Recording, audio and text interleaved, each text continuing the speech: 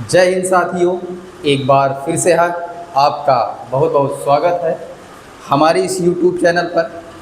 Board से ही आपको लग रहा होगा कि आज हमारा जो टॉपिक होने जा रहा है वो क्या है, मिश्रण और अवस्था परिवर्तन।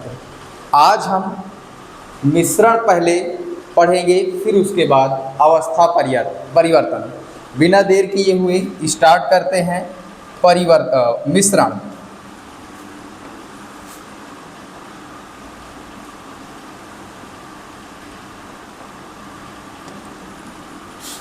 देखते हैं मिश्रण क्या होता है। मिश्रण जिसको अंग्रेजी में मिक्सचर कहते हैं, मिश्रण जिसको अंग्रेजी में मिक्सचर कहते हैं, और ये एक तरह का अशुद्ध पदार्थ होता है। क्या होता है? अशुद्ध पदार्थ होता है। अब मिश्रण कैसे बनेगा, कैसे डिफाइन करेंगे, तो इसके लिए याद रखेंगे किसी भी दो पदार्थ को, दो या दो से अधिक पदार्थ को, दो या दो से अधिक पदार्थ को किसी भी अनुपात में मिला देते हैं। अनिश्चित अनुपात में जब हम मिला देते हैं तो जो निकल करके आता है वह अशुद्ध पदार्थ की श्रेणी में अर्थात मिश्रण कहा जाता है। अर्थात दो या दो से अधिक पदार्थ को अनिश्चित अनुपात में जब हम मिलाते हैं तो जो रिजल्ट मिलता है, जो परिणाम मिलता है, उसी को मिश्रण अर्थात अशुद्ध पदार्थ कहते हैं। अगर आगे हम देखते हैं, इसके प्रकार की बात करेंगे तो यह दो प्रकार का देखने को मिलता है। पहला समांगी मिश्रण,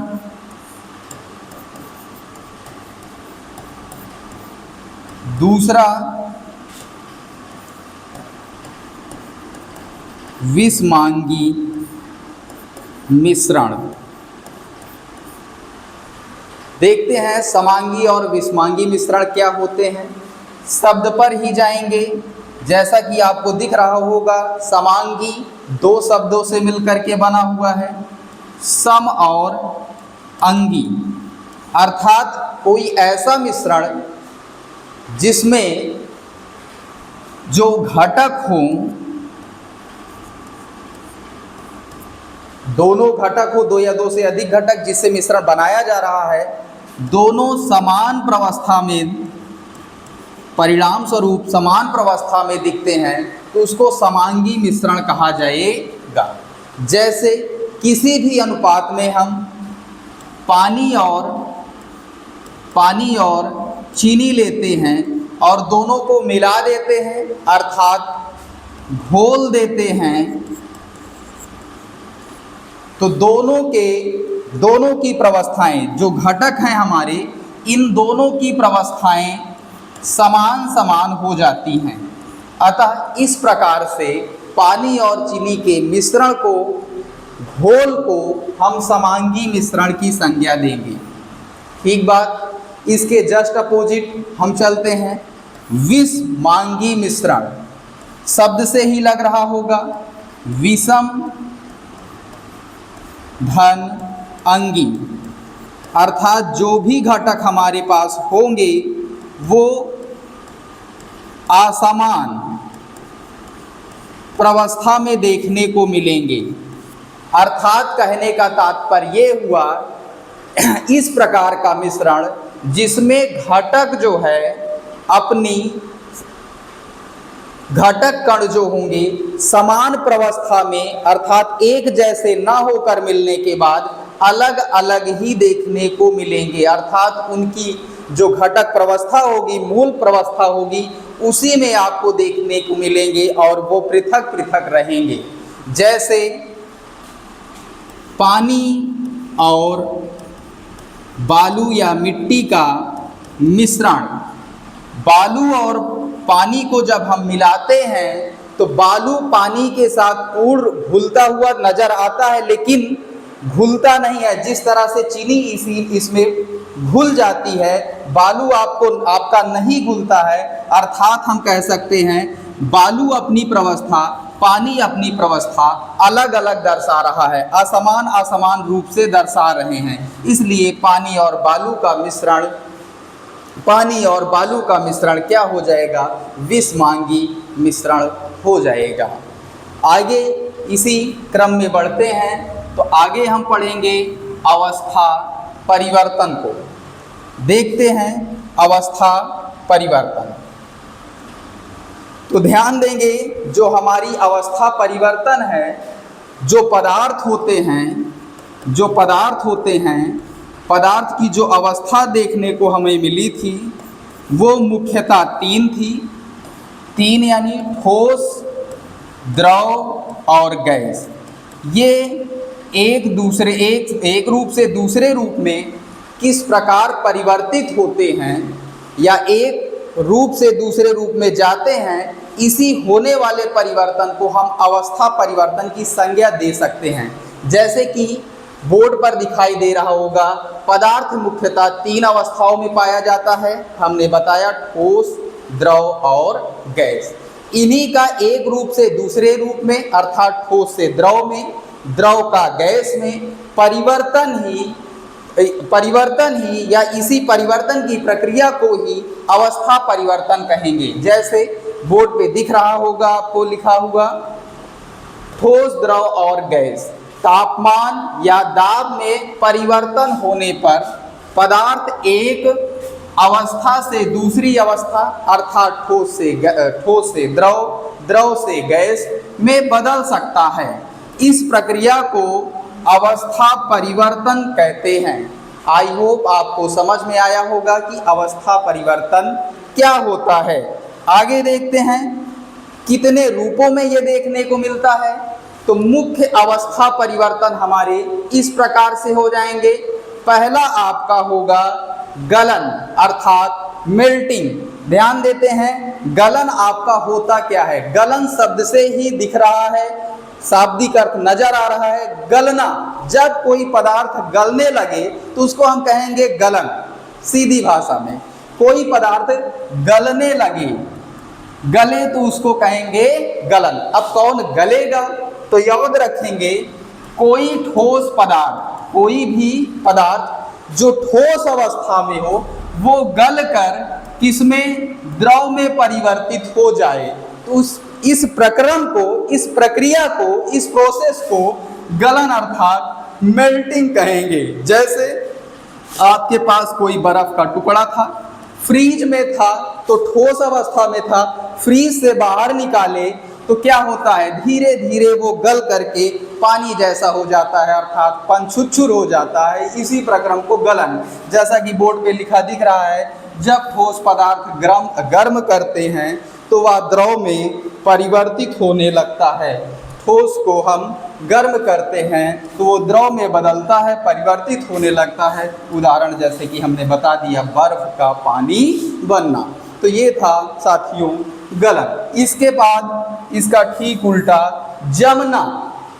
जमना जिसको हम ठोसकरण फ्रीजिंग कहेंगे, इसका जस्ट अपोजिट हम कह सकते हैं कोई ऐसा पदार्थ जो गलित अवस्था में हो वह किसी ऐसे तापमान या दाब के परास में ठोस होने लगे, जमने लगे, इसी को कहा जाएगा जमना या ठोसकरण। जैसे आपका पानी था बाहर, पानी आपके पास वातावरण में हो, परिवेश में हो, परिसर में आपके पास हो, उस पानी को किसी पात्र में लेकर हम जाएं फ्रीज में, फ्रीजर में रख देते हैं तो तापमान का परास जो होता है वहाँ पे कम होता है, जिस कारण धीरे धीरे आपका पानी बर्फ में बदलने लगता है अर्थात जमने लगता है। इसी को हम कहेंगे जमना। जैसे उदाहरण के स्वरूप पानी का बर्फ बनना।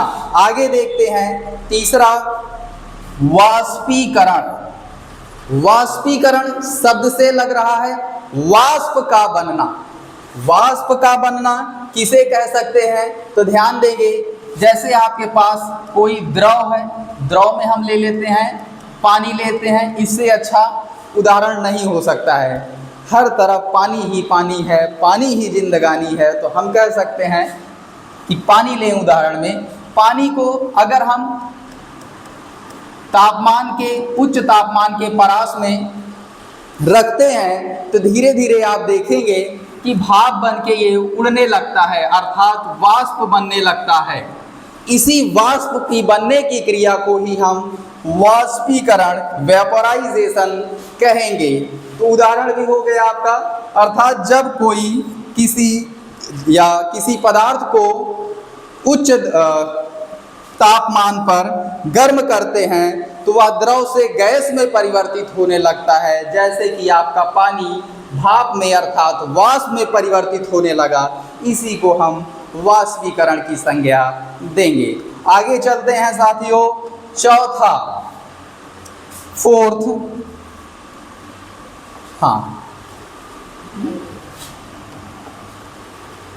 ये रहा चौथा, संघनन। अब संघनन क्या होगा तो याद रखेंगे, ध्यान देंगे, हमारे पास कोई गैस है, उस गैस को ऐसे तापमान के परास में ले जाते हैं, तापमान के परास में ले जाते हैं कि टेम्परेचर बहुत कम हो जाए, टेम्परेचर बहुत कम हो जाए। जब टेम्परेचर बहुत कम हो जाता है, तापमान कम हो जाता है तो हमें ठंड महसूस होती है। तो किसी गैस को हम जब ठंडा करते हैं तो वह धीरे धीरे किसमें, द्रव में बदलने लगती है।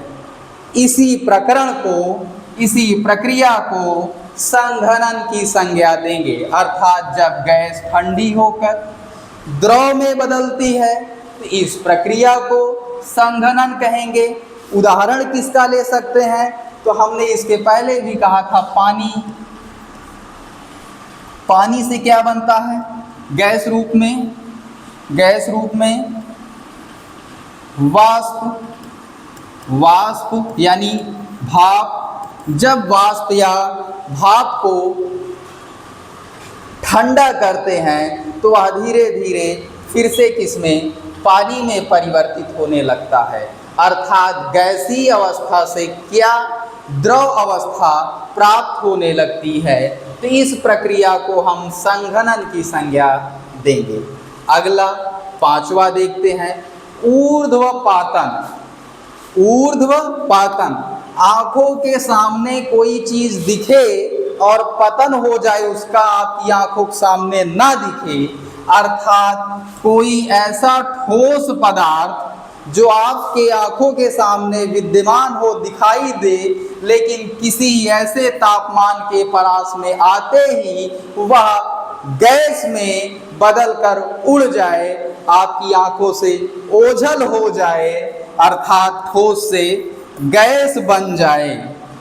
कैसे, बिना द्रव अवस्था में परिवर्तित हुए। तो उस प्रक्रिया को हम ऊर्ध्वपातन, सब्लिमेशन की संज्ञा देंगे। जैसा कि लिखा है, जब ठोस सीधे गैस में बदल जाता है, अर्थात द्रव अवस्था नहीं आती, अर्थात ठोस अवस्था से सीधे गैस अवस्था में परिवर्तित हो जाना, बिना द्रव अवस्था में परिवर्तित हुए, ऐसी प्रक्रिया को ऊर्ध्वपातन, सब्लिमेशन कहेंगे। इसका सबसे बड़ा उदाहरण आप अपने दैनिक जीवन में आंखों के सामने देखते हैं, कपूर। इसके साथ साथ नैफ्थलीन, आयोडीन वगैरह भी हो सकते हैं, होते हैं। तो ये था आज हमारा शीर्षक, मिश्रण और अवस्था परिवर्तन।